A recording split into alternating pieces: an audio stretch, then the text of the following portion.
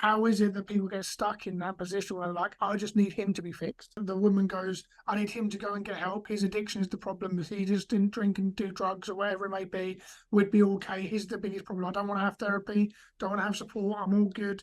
Please just go and fix him. How do you kind of get through to the other person, to the partner, to let them know that they need support? You are asking the $1 million question.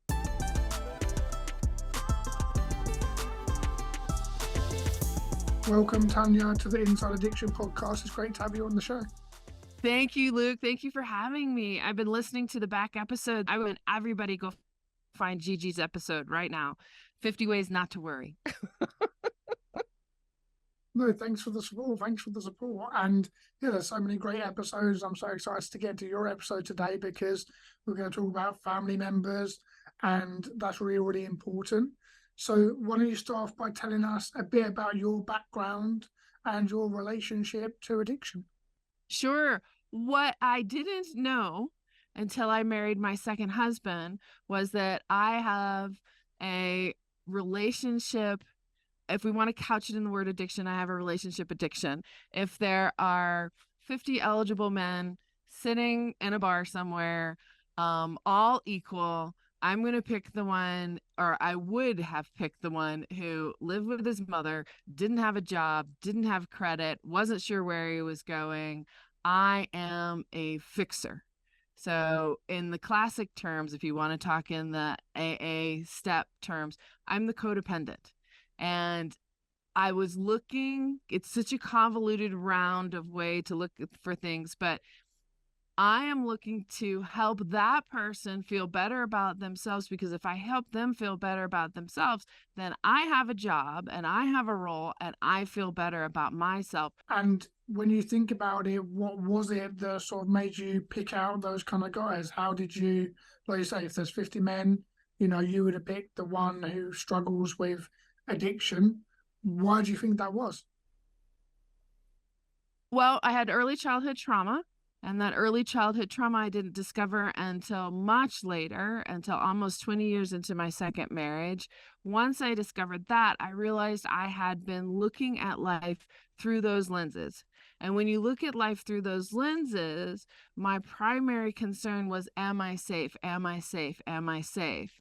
And so I was picking people, and you can see it consistently in my patterns. I was picking people that were not always present because I was able to keep myself safe. They were not always present. It's that relationship that is there. And so my beautiful husband, now that I have learned to, has been sober for the last 13 years, and we've had to rework how we managed our relationship. And the key to that was, this is such a bizarre thing when you think about it.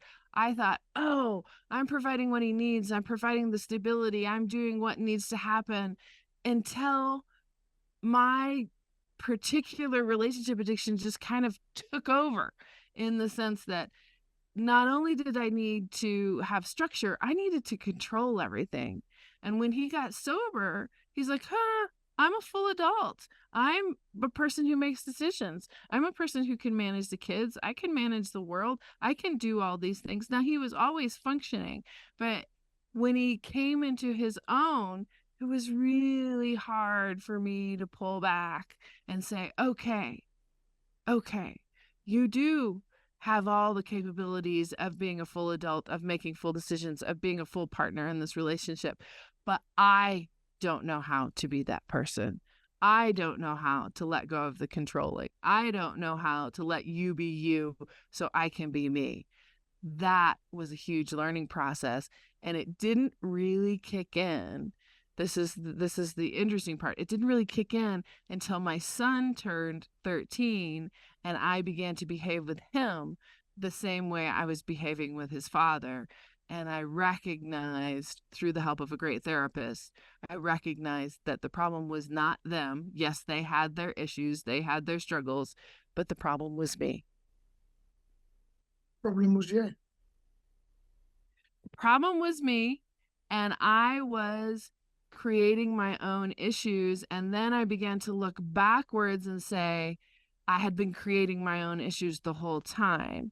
And in taking off those goggles, looking at the world as an adult who was able to care for herself, create safety, find what I needed, and connect with people, I began to look at it and go, oh, not only have I been causing my own problem, I've been causing similar issues in the family that somebody with an active addiction would cause. Somebody who couldn't see outside themselves, was still absolutely focused on what they needed and getting that over the whole unit, and was making choices based on outdated skills and outdated responses. Well, let's put it where it really is. I didn't have responses. I had reactions, and they would flare. In the partnership, I'm the one who's loud and rages and gets angry, and I never understood that anger until through EMDR we began to uncover what was going on in my childhood that gave me those lenses. So here's the key that I talk to the women I work with about is, this may not be true for everybody, but I didn't marry my beautiful husband because I was well. We were in a trauma bonding enmeshment situation that fed the addictions that we both had. It wasn't because he was wrong and I was right, or vice versa. We both had hurts, habits, and hangups that needed to shift. And as that child got older, I realized I didn't want to repeat that pattern. I did not want that generational legacy to continue. Yeah. And when it comes to a lot of the clients I work with and the clients' partners especially, they're in the position where they're like, I'm going to use men and women just as an example, a stereotypical heterosexual relationship, but the woman goes, I need him to go and get help. I need him to go and get help. His addiction is the problem. If he just didn't drink and do drugs or whatever it may be, we'd be okay. He's the biggest problem. I don't want to have therapy. Don't want to have support. I'm all good. Please just go and fix him. Please just help him. How do you kind of get through to the other person, to the partner, to let them know that they need support? For you, like you said, you went to therapy and you went on this journey and started to look at yourself. How is it that people get stuck in that position where they're like, I just need him to be fixed? You are asking the $1 million question. The $1 million question.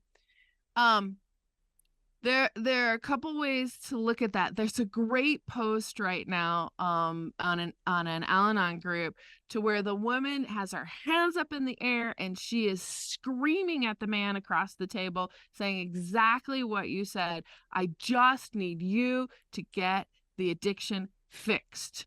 So when you look at this picture, it's very clear that yes, there is a problem with addiction, but she also has some things that need to work out. It is not about him. There is a relationship built because of this. So how do they recognize? Well, one of the issues is shame. And, the person that is in active addiction will struggle with shame, but the family members also struggle with shame. Maybe if I had been a better wife, maybe if I had been a better mother, maybe if I hadn't done, I hadn't raised them this way, or if my family wasn't like this, or his family wasn't like this. There's all this outside looking and shame. When a woman comes to me, she often is at the end of her rope. She loves her man. She wants to be with her man, but she can't do it anymore the way it is. I'm breaking down. I can't support him anymore. And I'm not sure, but maybe I need to do something different. So that's how she comes to me. One of the myths that I'm breaking is, in AA and Al-Anon, they'll say you can't cure it, you can't control it, and you didn't cause it. All of those things are true to a point, but you can influence it. So when she comes to me and she says, I'm falling apart and I don't want to leave this marriage, that's the key right there. She doesn't want, women will rarely walk away from a child, but leaving the marriage seems to be more of something they're willing to do, thinking that this is the best thing. And that's where we start the work, because one of the things that she probably has not done is stepped outside of the bad guy role. Oftentimes, we spend all of this time saying, get your life together. You need to fix this. If you fix this, we will all be well. Everything will be okay. But statistically, marriages break up after whoever it is gets sober, because they look around and they say, who are you? I don't know you anymore. Because what we know in recovery is you've been doing all that numbing behavior to deal with whatever your pain is. And so the person you're presenting may not be the real you. What you really like and what you really dislike is not really out there. So if you're the partner of that person and that person comes home and you're like, wait a minute, we used to always watch this show on Friday night, and now you're saying you don't like that, and now you don't want to be with me when you do that, and now I'm afraid because you don't want to be with me, and suddenly my connection is broken, and now I don't know how to take care of you, and that's been my role, is to take care of you. What do I do now? Nobody likes to be out of a job. So when that family feels like, one, there could be imminent threat to life is when they show up. When they feel like they could lose connection or relationship is when they show up. And when, if there is an inkling that, hey, maybe I have a part to play in this, not as the savior or superhero, but as I could influence this, if I can just create a pause, if I can just think through this, that's when they begin to show up. Yeah, and I find a lot of clients, exactly like you said, it's only after the person gets sober, and then the partner's going, wait a minute, I've wanted this for so long, him just to get sober. That was going to fix all of our problems. That's the fantasy they built up in their own mind. If only you solve, all of our problems will go. And then they try and look at it like, wait a minute, all our problems haven't gone. Like, what's happening? It's not, there's no gold at the end of the rainbow sort of thing. And it's quite challenging. And like you say, they lose that kind of rescuing role, because the person who was in addiction is now functioning, they're okay, they're taking care of themselves, and the partner's sitting there a bit lost. They're very lost. They're very lost, because here's the big transition. Instead of me focusing on you, whoever your you is, now I have to focus on me, and I have to look back on me and see where I have let go of things that have been important to me, where I have let go of other things, and we're no longer in that crisis, right? So if we're in a crisis, then all that energy, and you could be, unfortunately, you could be in a crisis for a year, for 3 years, for 5 years, for 20 years. There have been marriages who have been there. So if you're in that crisis, then that's all you think about. That's all you focus on. That's all you talk about. Whereas you can pull out of that crisis even before the addiction settles down, quiets down. You can pull out of that crisis. That is your loved one's biggest hope for long-term sobriety. Because what we know is every human needs connection, and they want connection in the family, if at all possible. If you can calm yourself down, and this is where I really like Gigi's episode, she said, I married this great man who hadn't had a drink for 30 years, but then suddenly began to drink again. But she had enough program to calm herself down and be there to support him in a way that was actually supportive rather than condemning. If condemning worked, we wouldn't have this problem. You and I wouldn't have podcasts. We wouldn't have anything. And look at why their behaviors make sense for them. Our behaviors make sense for us. And is this how we want to show up? There's the key. Is this how we want to show up? Then that's the open door. Because if I've been showing up in a crisis for years and years and years and years, I don't know another way to behave. That's where I had to do really deep therapy, had to connect with other people, had to find healthy people. We thought we were with healthy people because we both did Al-Anon, we did AA for a long time. And I think those are awesome groups. There's no reason not to be there. But at some point, I needed to step out and say, who am I really? and where do I want to show up, and how do I want to show up, and how do I want to do the deeper work to do that? Yeah. And was there anything that kind of happened that made you have that shift, that made you really kind of wake up and be like, wait a minute, I need to reflect on myself? Yes. And it was extremely painful. So my 13-year-old was having some issues. We had found a superb children's therapist to work with him. She took me aside after a session and she said, your house is not safe enough for him to do his deep work in. And that just blew my heart up. And I said, okay, what do we need to do? Thankfully, she was in a shift of working with teens and adults. And so she took me on. And for the next 2.5 years, I learned how I was contributing to the emotional safety, in the sense of my husband and I still hadn't really learned how to balance these deep emotions and how to make the house open enough so that things could be discussed without repercussions, without, your face falling, or without needing to fix. So mine is always, you share something with me and I'm like, you could do this and you could do that and you could do this and you could do the other. I just needed to hold space. Can I share a story with you? Yeah, go ahead. I'd love to hear it. Okay. So about that time, our church was having a Dave Ramsey class, and Dave Ramsey does financial budgeting, and I wanted my son to learn more about that, and they were having a class for his age group, and we wanted him to participate. He was a little not quite there, so I said, hey, I'll take you out to breakfast to your favorite restaurant, and then you can go to this class. And he said okay. So he and I would go, and we sat down. He's 13. He looks at me and he says, okay, so what's the agenda for this breakfast? And I just start blinking and I'm like, you perceive that every time we get together, I have something that I need to talk about. And often in this meal space, I need to correct, or I need to guide, or I need to do this, or I need to do that, which very clearly matched with what I was doing in therapy, going, no, Tanya, you need to be present.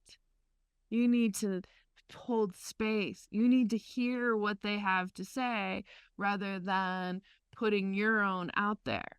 So we spent it was 9 or 10 weeks going to breakfast, and I would have to hang on to myself and say, no, what I want to do is to get to know this kid, get to know this boy who's been under my roof for 13 years, who I thought I knew, but's now budding into a man.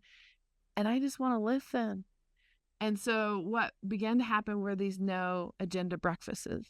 And that has continued. So I've created a safe space when something's going on, that I will invite him out to breakfast. When something's going on, when something's not going on. It sounds like I still have an agenda. I need to work on that too. I will invite him out to breakfast at random times and just listen, not bring in my own stuff, not bringing in anything. And sometimes he shares, deeper things with me, and sometimes he doesn't. Either way, it's okay. Because what we're building is this bond that has nothing to do with me parenting. It has to do with me being human with him. And this could work with a partner too. It has to do with being human with them, because what happens when we're in that crisis of addiction for however long is, oftentimes every time we get with that person, we are able to circle it back around to, you need to be this, or if you would just this, or why can't you this? And I can tell you from years of experience, it just shuts down all of your connections. Yeah. And is it ultimately one big distraction, in a sense? We focus on rescuing and saving everyone else so that we don't have to focus on ourselves. Absolutely. Absolutely. Because what wasn't happening for me was, and my mastermind group called me out on this. They said, Tanya, the reason you can't get your own work done and do the things that you need to do and do the things that give you life is because you're over-focused. I have a husband and 2 sons. You're over-focused on all your men. You're over-focused on them to the point that you are not living your life, which means you're not giving them the best of you. Exactly. Exactly. And you're almost robbing them of the best of you by trying to do everything for them, right? And you can't show up your best because you're not taking care of yourself. I was robbing them of the best of me. I was giving possibly the worst of me. I'm sure you have seen clients like this where the family is the most unsafe place. School, they get praised for doing their work well, or sports or whatever. They go to work and people enjoy being with them, while I'm behaving like the Tasmanian devil. You know, they would kind of suck back when I walked in the door. They're like, okay, what needs to be cleaned? What needs to happen? What are we doing tomorrow? You know, because I'm doing the drill sergeant thing, because my feeling, and I really feel for family and moms and wives that are like this. My feeling is, if I don't manage this, we will all fall apart. We will all downward spiral. There won't be food. There won't be housing. And then we will all die. Now, isn't that an addiction spiral right there? Yeah, exactly. So the work that I do is to help you help you come back into yourself, and to say, you know what? We are all created as equals. We all have this divine spark in us. We all have our own work to do. And when you're not doing your work, you're robbing all the other people of the real true you, the real present you. So I mean, let's put it where it really was. I was hiding in what I was doing just as much as anybody who, you know, hides in a bottle, hides in use, hides in workaholism, all those types of things. I'm hiding in that area and creating a huge mess. Yeah, yeah. And, you know, like you said, for you, it took an amount of pain to really wake up and sort of smell the roses and see what was going on. And for someone who is listening to this, who's in a relationship with someone who struggles with drink or drugs, what are some of your advice to them, and some of the signs they can start to spot to take action before it gets to that point of so much pain?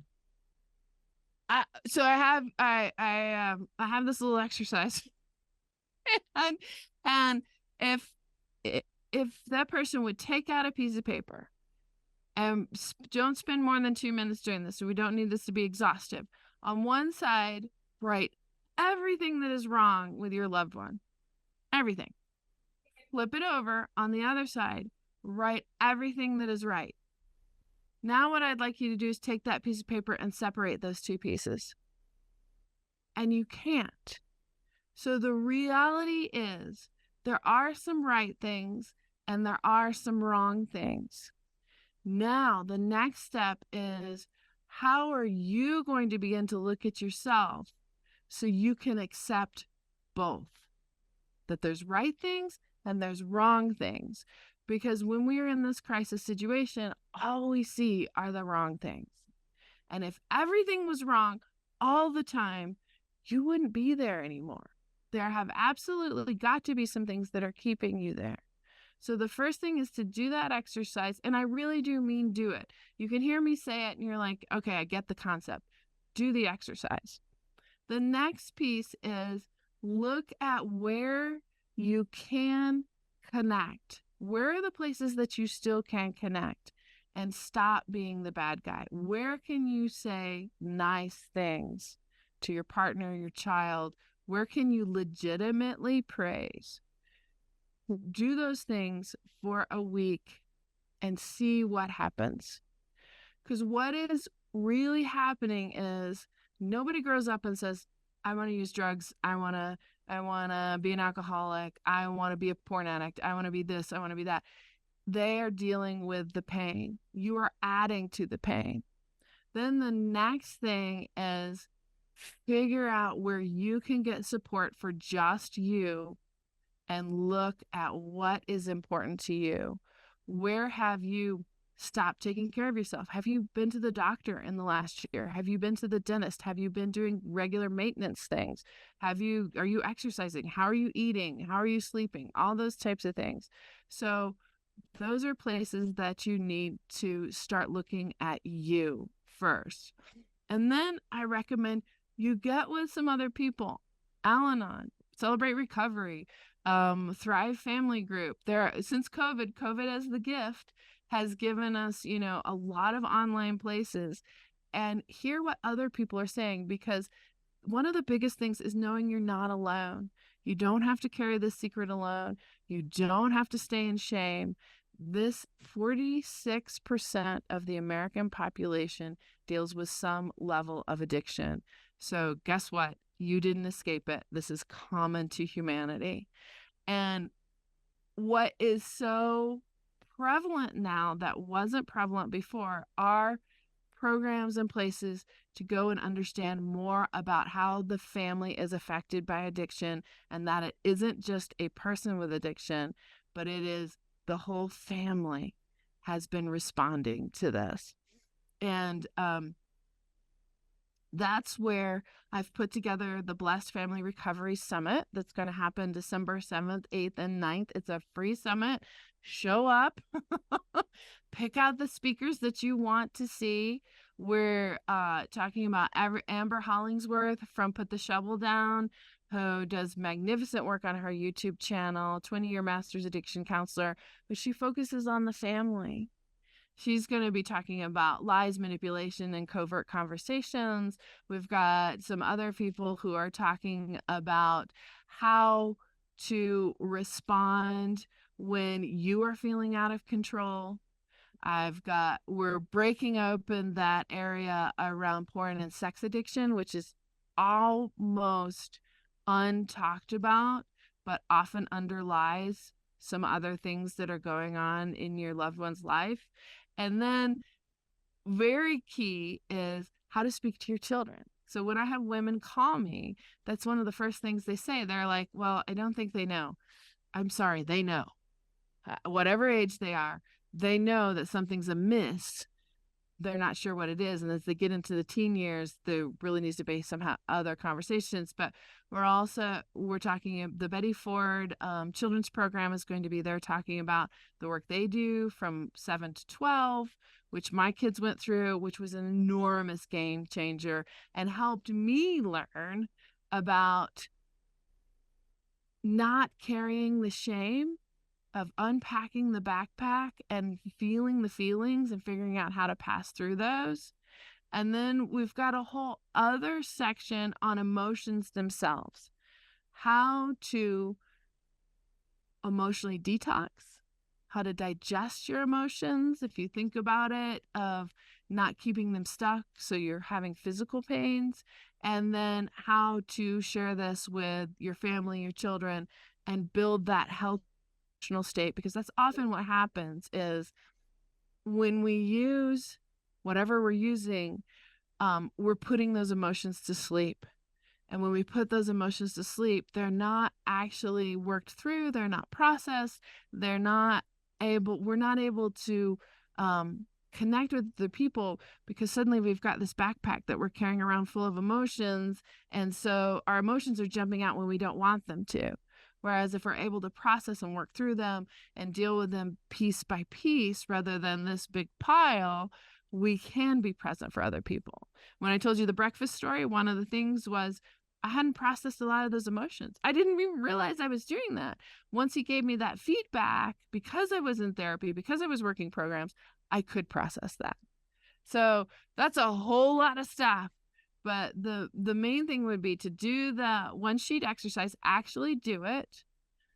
Look at your own self-care, second one, and then look at some very simple ways that you could say something legitimately nice, not making it up, to your person.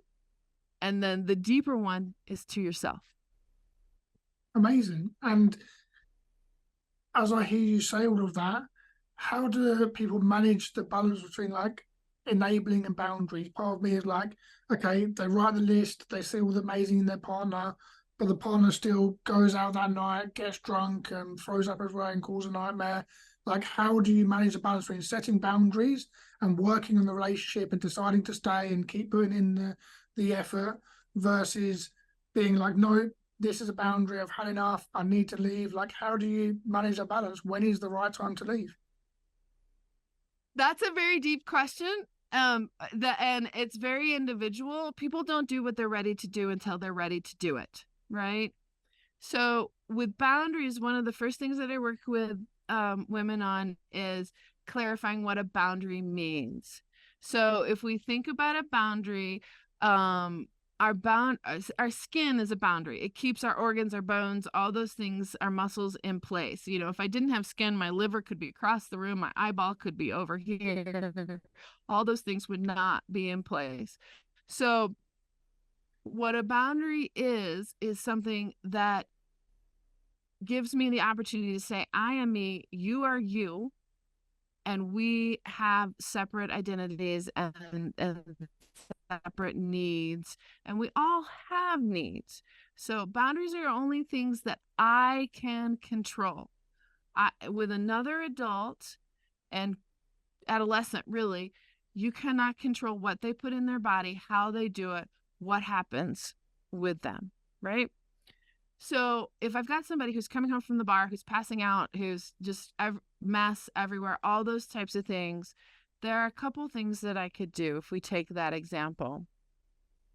One, I wouldn't address it while they are still under the influence. Timing is always key. You never want to address it with timing. Never want to address it while they're under the influence. So if my boundary is, remember, I can't control what he does. If my boundary is, I don't want to be with you when this is happening, then if I have the opportunity, I may go down to a girlfriend's house. I may go to my mom's house. I may exit myself. I may go into the bedroom and say, okay, I'm not dealing with this.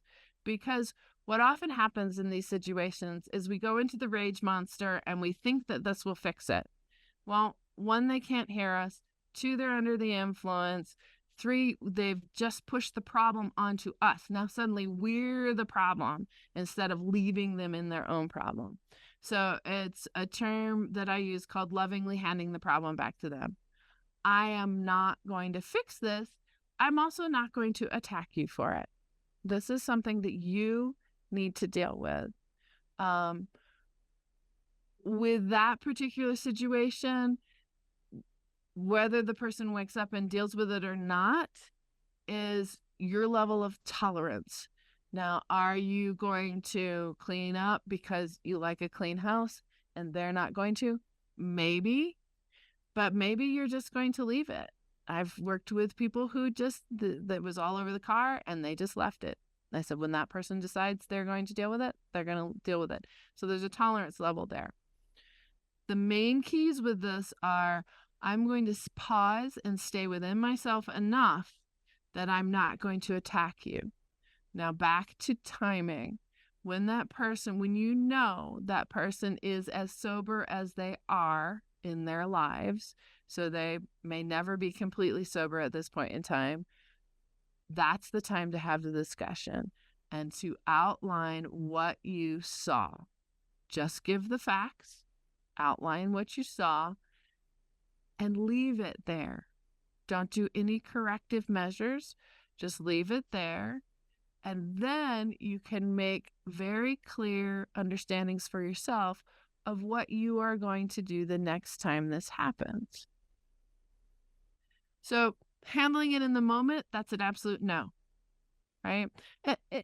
I say that with the caveat, if there is physical danger, you need to either remove yourself, get them to a hospital, because as we know, seizures, those types of things can happen. Those need to be dealt with.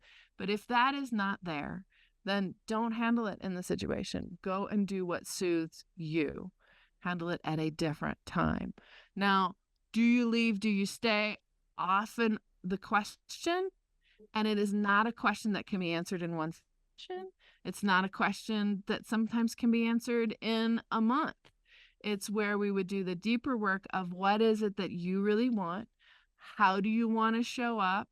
What are you willing to do to make things different? And what is it that you are doing that is continuing to keep the problem the way that it is? And how are you benefiting from keeping the problem the way it is? That last one is normally super painful for the family to figure out that they are maintaining this just as much as the person who is using. Yeah, yeah. That they are feeding it, they are adding to the cycle. And I think this ties into something you mentioned earlier that I wanted to circle back to, was you mentioned trauma bonding and enmeshment.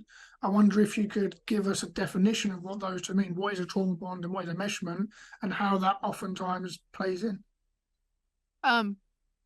So this plays into my whole Jerry Maguire is a very old movie, but it's Tom Cruise, and he says to her, "You complete me," and it drives me bananas. I'm like, no, you came to this planet creative, resourceful, and whole, just as you were. Now, things happen, and we call them big T trauma, which could be abuse, which could be neglect, all those things that we read about in the paper. Those are like big T traumas. Little T traumas could be not getting your needs met as a child, or at some point where nobody really intended for you not to get your needs met, but how you interpreted it is, I am not worthy to get my needs met. I'm bad. I'm not the person I need to be, all of those things. And it really isn't, Gabor Mate has done some really great work that it's not so much about the trauma as how you were taught to move through it, or how you did move through it. Because we all know examples of people who were highly traumatized and they are functional, capable people. So that there's the hope. You can be that way. So trauma bonding is, I've got a trauma, you've got a trauma, and somehow I'm attracted to that because I think getting next to you will create a fix, or it's familiar. So it's familiar or fixing, or it's a job that I feel comfortable with. So we've got those three things going on. So yours is calling to me, and mine is calling to you, and we connect. Hence, you've got the addict and the codependent. I mean, that's a trauma bond right there. Then enmeshment is the sense of, I'm not coming at you as a whole healthy person, and you're not coming at me as a whole healthy person. It's like Swiss cheese. We're trying to match up those holes with pieces and stuff them. And so we've gotten into this relationship to where we're clinging to the side of each other, hoping that the other person will fix us. And in my tradition, in my Christian tradition, that's not possible. Humans don't fix each other, that we are already whole, and it is in our alignment with the divine that we connect and we create, as the big book talks about, the higher power. I'm not the center of the universe, and that there is a higher power. And by filling myself with that, I can come up with that whole piece. And here's what's so cool. If two healthy people get together, right? If they're both healthy, then we're creating something new together, rather than trying to fill the holes with something that the other person really can't give us.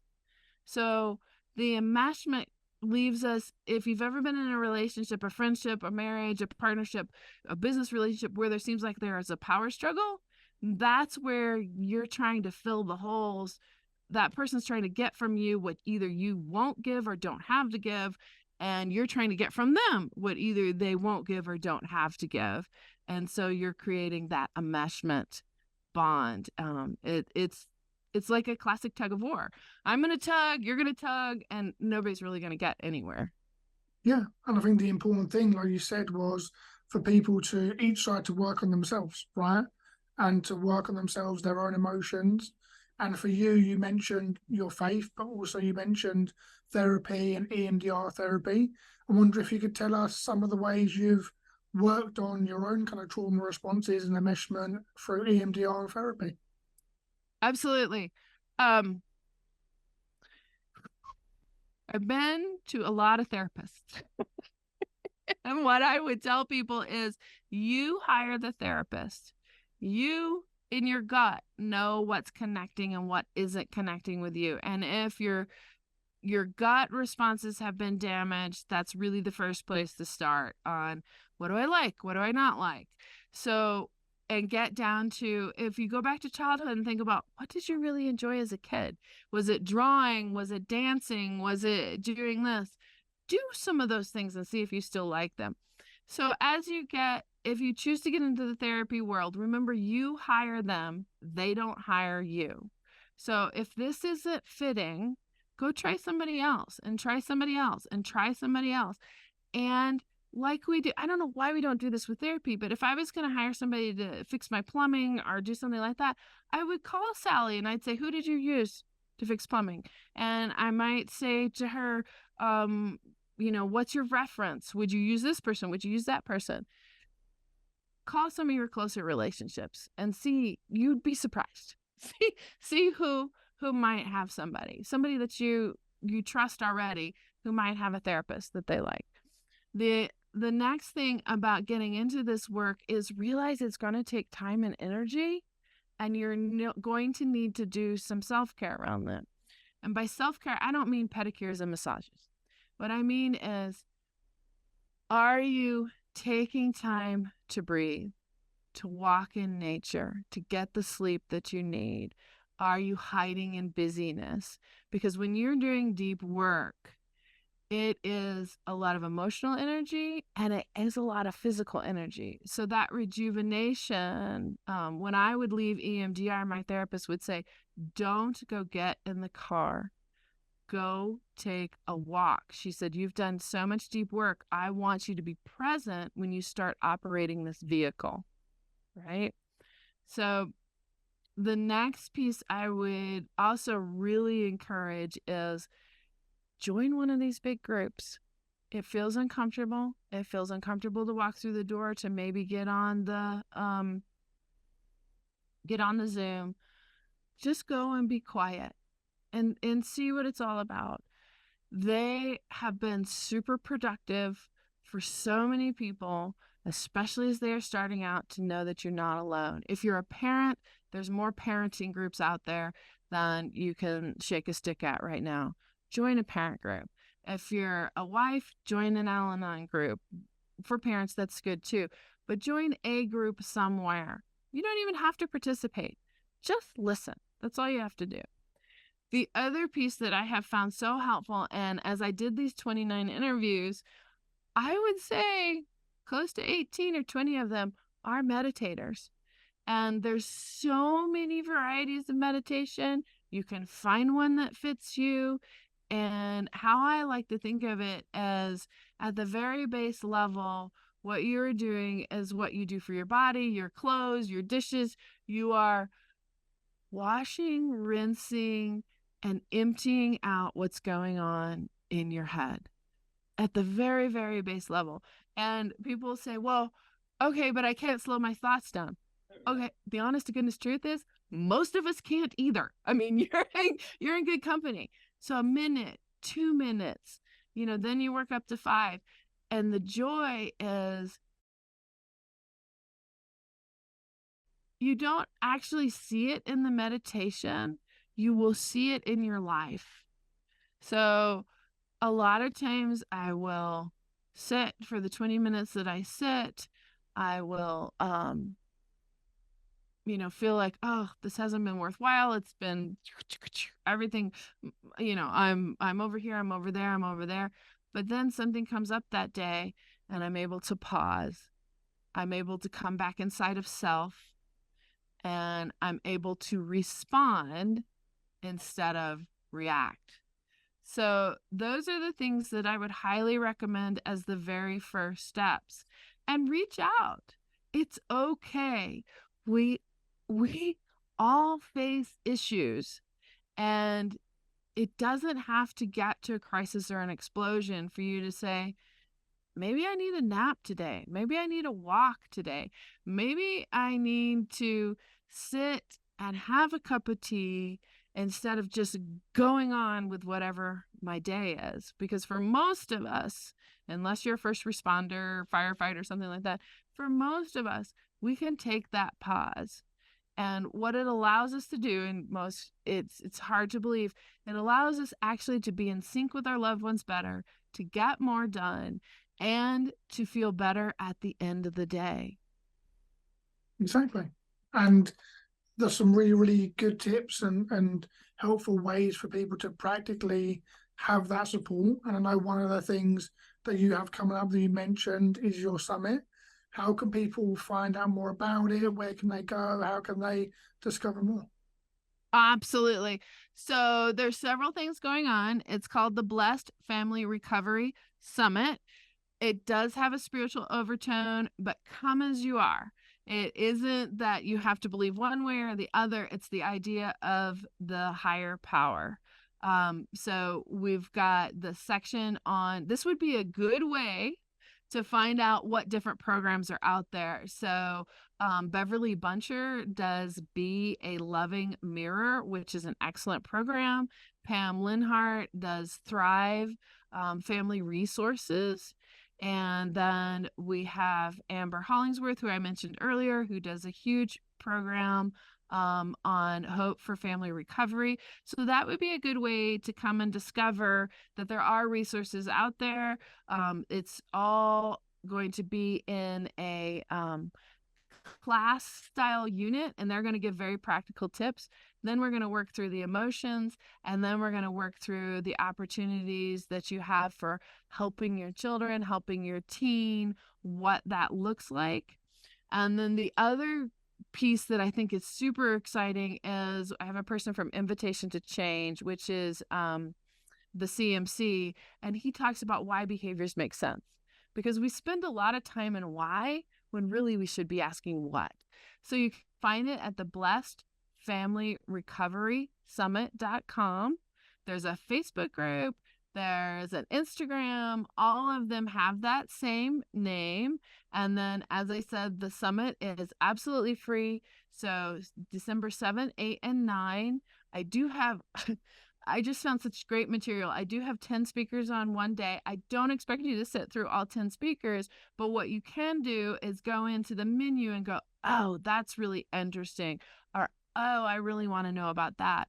And then we have some great people who are not only, I found this really helpful in the beginning when my husband and I were both in recovery, was talking about their stories so that I could help understand what was going on in the mind. And I have a great guy by Nico Morales who brings to life what he was doing, what his mother was doing at the same time, and how they have forged a relationship even during the height of the crisis. Constant use, possible jail time, he's kept working. But what his mother was telling him, she was very astute on how she handled all of this. She was a licensed social worker, very astute. So that alone will give you some idea of what may be going on in the mind of your loved one. And then from the family side, I have people talking about their stories and where they felt stuck. So that'll give you some connect as far as, hey, I'm not alone. This is something that other people have dealt with, and they've come through the other side. There's the hope right there.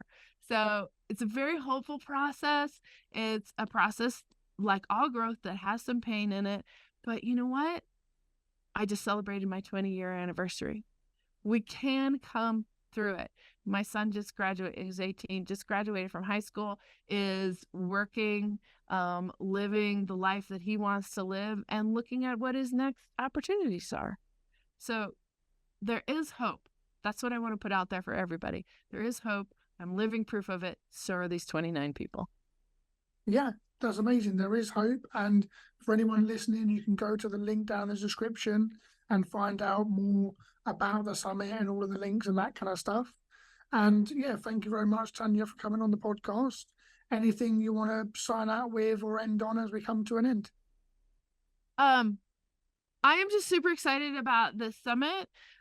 There are so many people in there that can be helpful, and you can find it all in one place.